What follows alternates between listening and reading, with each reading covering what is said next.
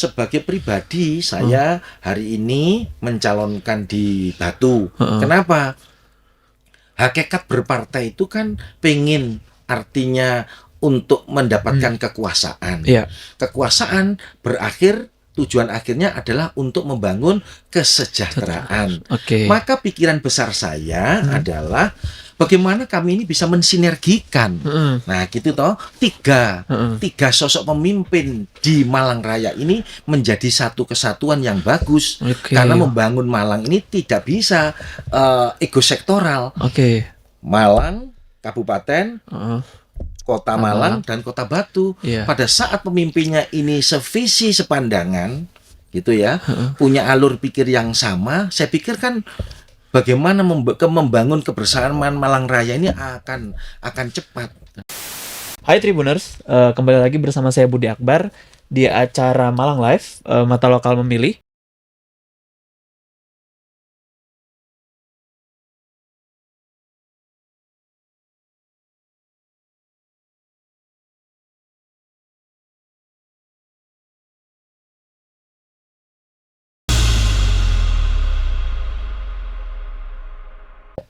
Beberapa hari lalu, sosok yang bersama saya ini mendaftar menjadi salah satu peserta Pilkada Kota Batu. Beliau punya pengalaman lebih dari 20 tahun di pemerintahan. Bersama saya, Bapak Dr. Andes Haji Didi Gatot Subroto, SHMH atau biasa dipanggil Pak Didi. Selamat datang Pak Didi di sini. Selamat datang di kantor Surya Malang. Assalamualaikum warahmatullahi wabarakatuh. Waalaikumsalam warahmatullahi wabarakatuh. Pak Didi, sebelum kita mulai lebih jauh, sebenarnya siapa Pak Didi ini? Karena orang taunya ketika nyari di googling, Pak Didi adalah Wakil Bupati Kabupaten Malang, begitu. Kok ujuk-ujuk mau ke Batu nih Pak? Nah, itu mantiknya seperti itu Pak. Satu yang mungkin saya perkenalkan ya. Saya lengkapnya Didi Gatot Subroto. Tempat tinggal saya di Singosari, tempatnya di Tunjung Tirto. Ya kebetulan saya mulai muda itu menjadi aktivis. Ya mulai dari SMA itu aktif di OSIS, kemudian masuk di perguruan tinggi juga aktif di lembaga-lembaga kemahasiswaan dari situ. Nah, alhamdulillah kok pada saatnya diberikan kesempatan kan gitu lah, diberikan kesempatan menjadi kepala desa. Itu mulai tahun awal 97 ya. 97 sampai 2013. Tidak kurang antara 17 tahun. Dengan 2 kali masa jabatan. Nah, kebetulan di tengah-tengah perjalanannya saya karena orang pergerakan diberikan amanah oleh teman-teman. Teman-teman menjadi ketua asosiasi kepala desa di mulai dari tingkat kabupaten, tingkat provinsi sampai di tingkat pusat. Nah, menarik. Itu kira-kira kemudian berakhir tahun 2013. Nah, saya diminta artinya waktu itu berhenti kepala desa. Nah, bersamaan dengan masa pemilihan legislatif.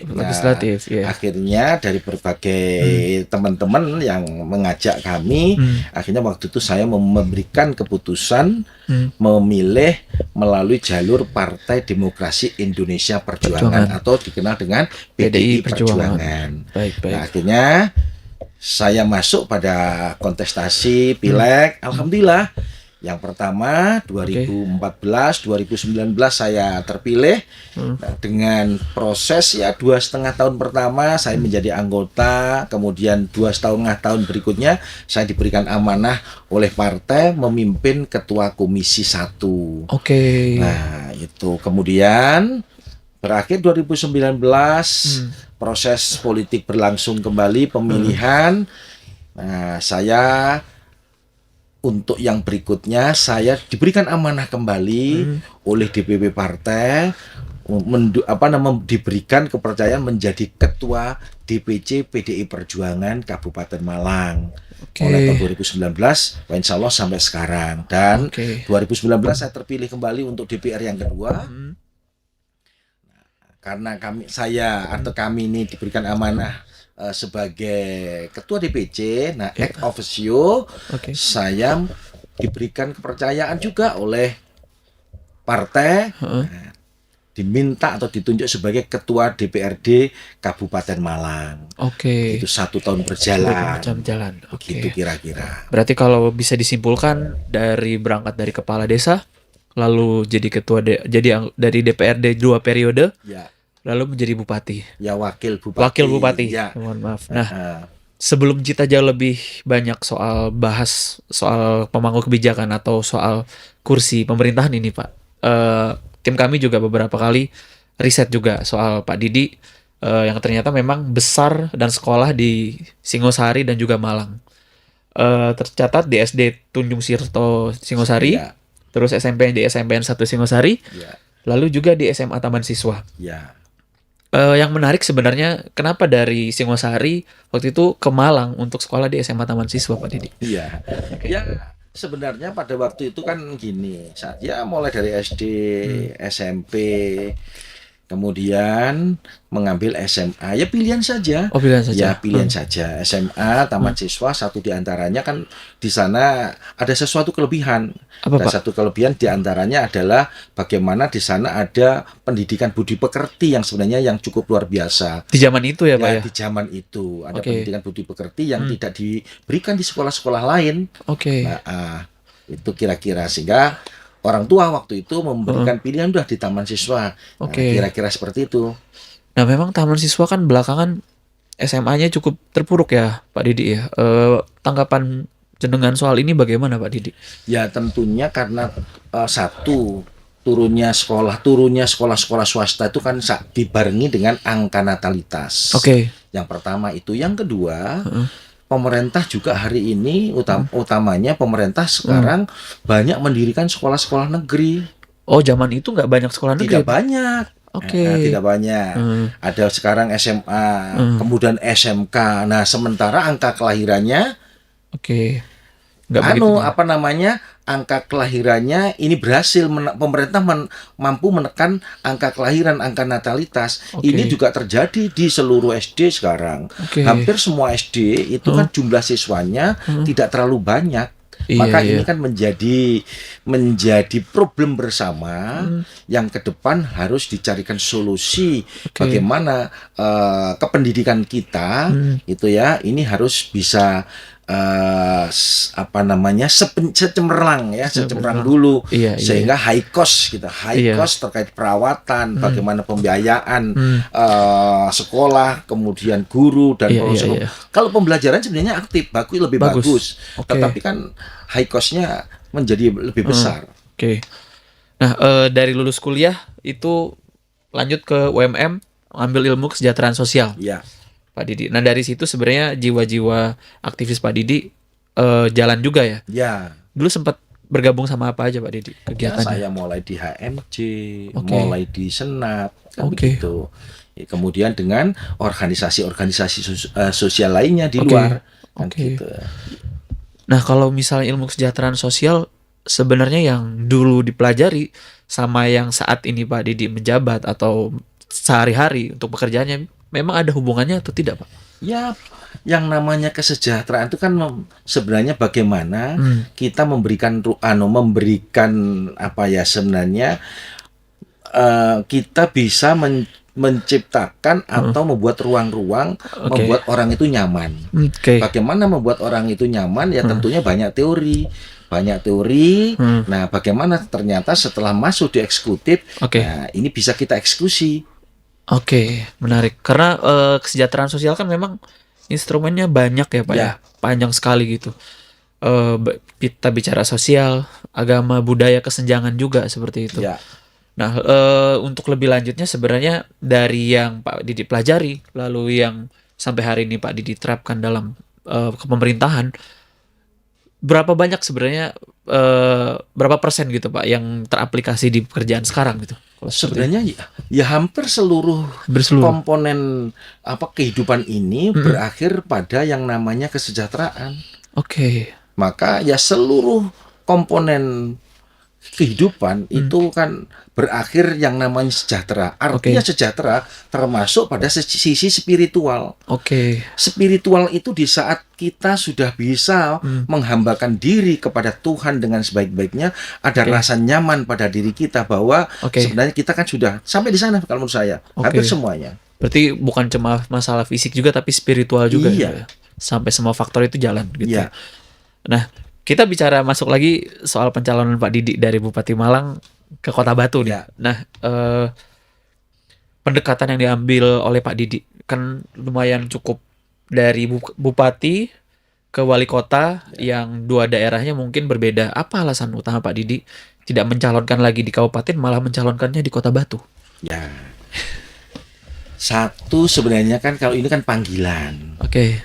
Panggilan. Ya kebetulan saya ini pernah ikut kontestasi juga di Batu pada tahun 2012.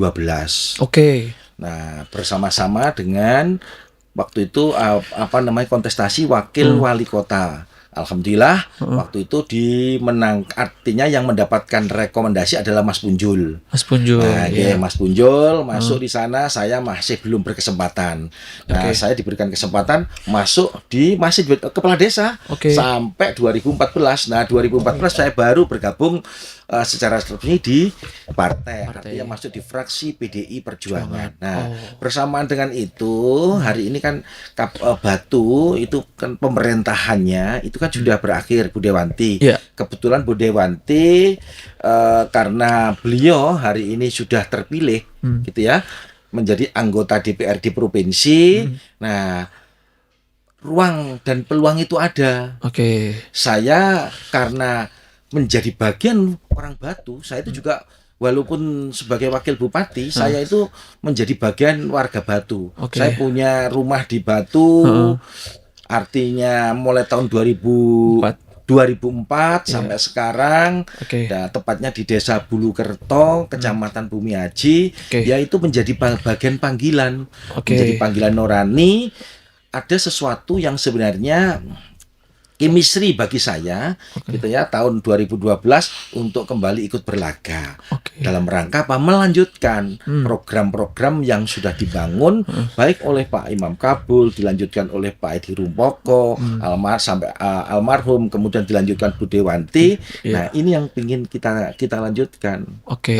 Nah, terkait bicara Pak Edi Rumpoko dan Bu Dewanti Rumpoko, apakah Bapak itu nanti ketika mencalonkan bupati itu coba menghapus bayang-bayang dari keluarga Rumpoko ini, dari Pak Edi almarhum maupun Bu Dewanti, atau seperti apa sebenarnya, Pak? Ya, kebetulan saya itu dengan Pak Edi Rumpoko, dengan keluarga itu dekat.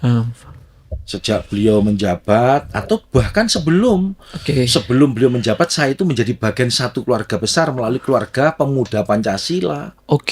Nah, maka apa yang harus kami lakukan ke depan? Membangun komunikasi yang bagus. Karena beliau apapun beliau itu sudah memajukan Kota Batu. Pak Edi Rumpoko punya jasa yang luar biasa dengan warga masyarakat Kota Batu yang dilanjutkan oleh Bu Edi Rumpoko. Tentunya masih banyak mungkin hal-hal yang dimungkinkan menurut pikiran-pikiran beliau gitu ya, yang memang waktu itu karena terbatasnya waktu ada program-program yang belum terselesaikan. Ya tentunya kami harus bisa membangun komunikasi pada saat itu positif dan sesuai dengan kebutuhan saat ini, kita lanjutkan dong. Nah, tetapi kalau dimungkinkan itu baik, tetapi situasi kondisi hari ini tidak memungkinkan, nah ya tentunya kita lipstick bagaimana keinginan-keinginan beliau itu tetap tersampaikan, tentunya dengan cara-cara saat ini yang mungkin bisa saya lakukan, kan begitu. Anaknya juga Mbak Ganis juga rencananya mau maju juga. Itu sempat dengar nggak Pak Didi, atau ada sempat isu berseliweran? Kalau Mbak Ganis kelihatannya tidak. Insya Allah tidak. Beliaunya kan sudah terpilih juga sebagai anggota DPR. Maka itu menjadi mitra bagi kami, supporting di saat katakanlah saya nanti bisa mendapatkan rekomendasi dari DPP partai. Nah, ini mengutip salah satu ucapan Bapak ketika mengambil formulir untuk pendaftaran Wali Kota Batu. Pak Didi bilang warga Batu harus merasakan pertumbuhan perkembangan kepariwisataan namun tidak meninggalkan sektor pertanian masyarakat Kota Batu. Ini yang harus segera dilakukan. Ya. Nah, bisa dielaborasi lagi nggak Pak? Sebenarnya masyarakat Batu ini indikatornya sudah maju pariwisata dan pertaniannya, atau jalan di tempat, atau seperti apa? Sudah, artinya sudah maju. Hmm. Pariwisataan Batu itu kan luar biasa. Heeh. Artinya hari ini dalam 1 tahun itu sudah berapa? Ada 4 juta kalau nggak salah itu. Wisatawan yang masuk Kota Batu. Tetapi bagaimana warga masyarakat secara keseluruhan harus bisa menikmati, harus bisa menikmati atas jumlah wisatawan yang masuk ke Kota Batu. Oke. Nah, itu yang pertama. Yang kedua, kenapa tidak harus bisa meninggalkan sektor pertanian? Di sana ada banyak hotel. Oke. Di sana ada banyak franchise pedagang-pedagang semuanya. F&B ya Pak ya. Nah, maka apa yang harus dilakukan? Membangun sebuah sinergisitas. Bagaimana hotel, bagaimana pertukuan, bagaimana pedagang-pedagang ini semuanya. Nah, bisa menampung hasil pertanian warga masyarakat Batu, mulai dari buahnya, sayurnya, dan komoditi yang lainnya, sehingga itu bisa dinikmati. Satu sisi mendekatkan pasar, dengan harapan pada saat pasar itu dekat, petaninya penghasilnya meningkat. Demikian pula dengan petani-petani bunga. Petani bunga ya, Nah, itu yang kan banyak banget di Batu Pak. Maka bagaimana petani-petani bunga ini, gitu ya, bunganya tidak hanya dieksplor, tetapi bagaimana bunga ini diminati dan dibeli. Oke. Nah, oleh siapa? Oleh wisatawan. Setelah wisatawan itu masuk pada tempat-tempat pariwisata, maka mereka diberikan kesempatan pulang bisa membawa oleh-oleh, wujudnya sayur mayur, kemudian bumi bunga, gitu ya. kan begitu. Iya, Demikian pula dengan hotel-hotel yang ada di sana. Bagaimana hotel-hotel itu kebutuhan-kebutuhan dasar dalam, nah ini bisa disuplai oleh hasil pertanian Kota Batu, mulai dari sayurnya, buahnya, kan begitu. Baru kekurangannya diambilkan dari luar. Oke, berarti yang utama prioritas masyarakat Batu dulu hasilnya untuk support pariwisata, berarti ya Pak. Betul. Nah, kalau bicara ngomong kontestasi politik nih Pak, menurut Pak Didi, siapa saingan terberat Pak Didi untuk pencalonan wali kota Batu ini Pak? Ya, saya pikir kalau persaingan semuanya berat. Semuanya berat ya Pak? Semuanya berat. Nah, udah, semuanya hari ini dilakukan dengan sepenuh hati, penuh sebuah keyakinan. Nah, tentunya tidak boleh lupa ikhtiar dan berdoa. Ikhtiar dan berdoa, ya, utamanya itu ya Pak ya. Nah, untuk dukungan sebenarnya kan ini masih menunggu proses rekomendasi dari PDIP Pak. Apakah Pak Didi tetap misal kan nama Pak Didi punya elektabilitas juga untuk di Kota Batu seperti itu. Misalnya ada dukungan di luar dari eksternal PDIP, apakah Pak Didi terbuka atau tetap menunggu rekomendasi dari PDIP? Satu, tugas kami hari ini tetap komunikasi. Komunikasi artinya sebagai bakal calon itu tidak boleh meninggalkan partai. Pertama yang harus kami lakukan adalah komunikasi dengan internal dulu dengan partai.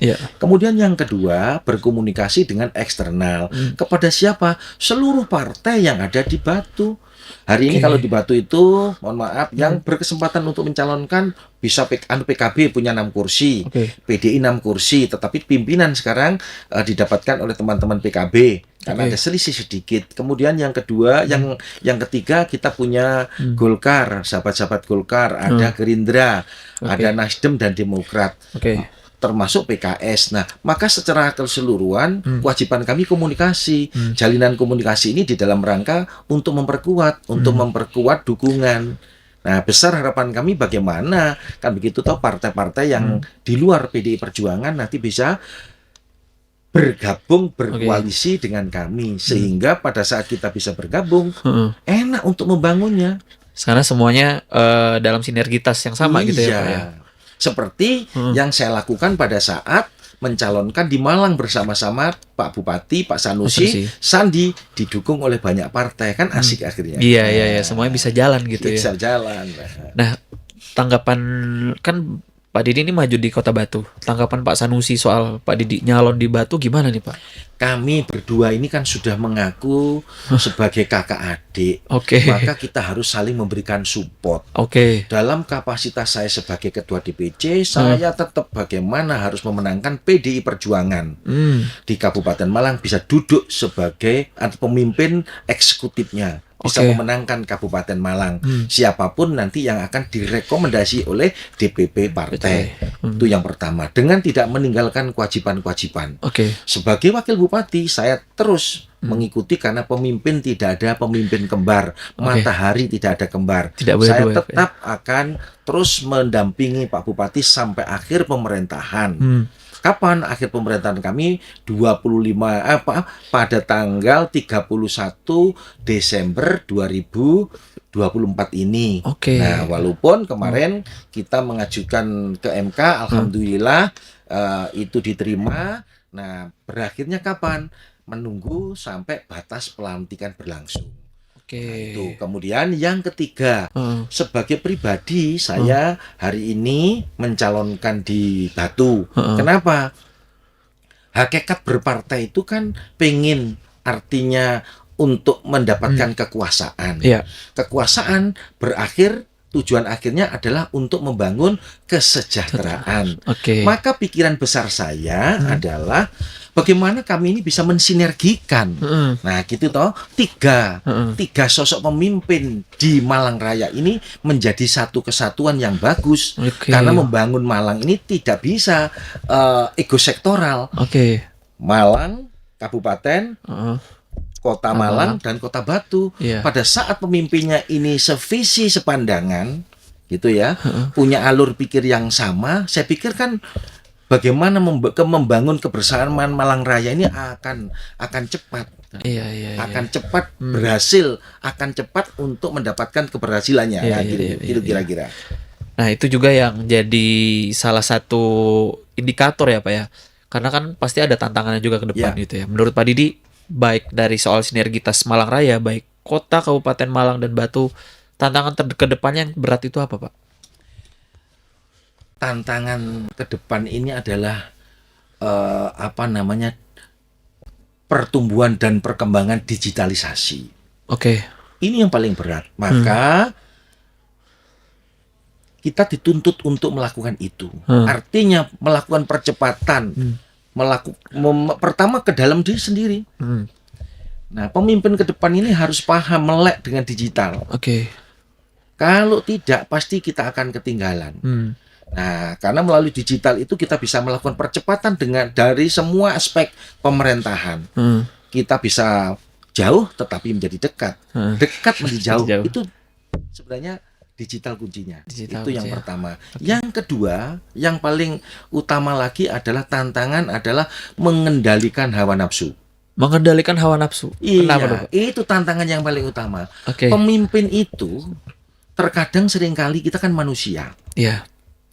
Manusia. Di saat sudah terpilih, maka mohon maaf, manusianya muncul, Oke. pengen selalu dilayani. Oke. Itu yang tidak boleh. Kita itu menjadi pelayan masyarakat.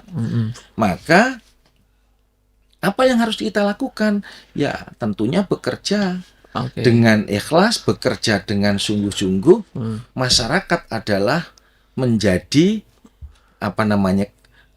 masyarakat itu adalah satu hal yang utama ya daripada pribadi dan keluarga. Oke, menarik. Ini bukan cuma untuk dari sekedar calon-calon saja, tapi yang jadi pemimpin pun harus punya etika seperti itu ya. Harus. Kalau tidak, wah ini kita sekarang mohon maaf, Iya. sebagai pelayan tidak bisa kita duduk di kantor, tidak boleh. Iya. Maka bagaimana kita harus sering terjun di masyarakat, turun Oke. di masyarakat, ketemu masyarakat, kemudian memahami keinginan-keinginan masyarakat. Nah, sehingga melalui kita bisa paham dengan keinginan masyarakat, insya Allah gitu ya. Ya, kepemimpinan kita ini bisa diterima kan Oke. gitu. Nah, terakhir Pak Didi, apa langkah-langkah Pak Didi ke depannya untuk meyakinkan para pemilih bahwa Pak Didi ini figur yang tepat untuk menjadi wali kota Batu? Ini cukup tricky tapi ya. Apa seperti itu, Pak? Kalau menurut saya, tidak merubah kebiasaan. Tidak berubah kebiasaan. Tidak merubah kebiasaan. Ya sering turun masyarakat, menyapa masyarakat, duduk bareng dengan masyarakat. Itu caranya di mana? Ya sering silaturahmi, ya sering jagong maton. Itu aja. Pada saat kita mau, kemudian yang kedua, jangan membeda-bedakan. Oh, ini adalah kelompok A, ini kelompok B, kelompok C, itu yang nggak boleh. Dibeda-bedakan itu ya, Pak? Itu nggak boleh. Kalau saya, seperti itu. Berarti mau dari orang mana, orang A, orang B, orang C ya? Kumpul aja di tengah gitu ya, Pak? Iya. Nah, terakhir Pak Didi, sosmednya yang ready apa Pak Didi? Yang bisa di-follow sama Tribuners? Saya yang ada di Instagram rupanya. Instagram? Ya, baik. Instagram. Nama username-nya Didi Gatot Subroto atau bukan? Didi Gatot Subroto. Mungkin bagi teman-teman Tribuners yang mau follow juga, follow di Instagram @DidiGatotSubroto. Di situ juga ada foto-foto dan kegiatan Pak Didi juga ya setiap hari ya. Akunnya dipegang Pak Didi atau ada adminnya? Kadang-kadang saya, kadang-kadang adik-adik. Oke. Misalnya masyarakat mau nge-DM gitu dibalas nggak, Pak? Boleh. Ya, seringkali yang saya balas. Pokoknya ada waktu sih saya balas. Siap. Nah, kurang lebih begitu Pak Didi. Mudah-mudahan dapat rekomendasi dari DPP PDIP dengan segera. Dan juga langkah berikutnya adalah pasti kampanye juga, masa kampanye, dan semoga sukses dari kami. Saya akhiri, terima kasih Pak Didi sudah berkunjung ke kantor Tribun. Terima kasih Tribuners. Bersama saya tadi sudah interview dengan Pak Didi. Wassalamualaikum warahmatullahi wabarakatuh. Download Tribun X sekarang. Menghadirkan lokal menjadi Indonesia.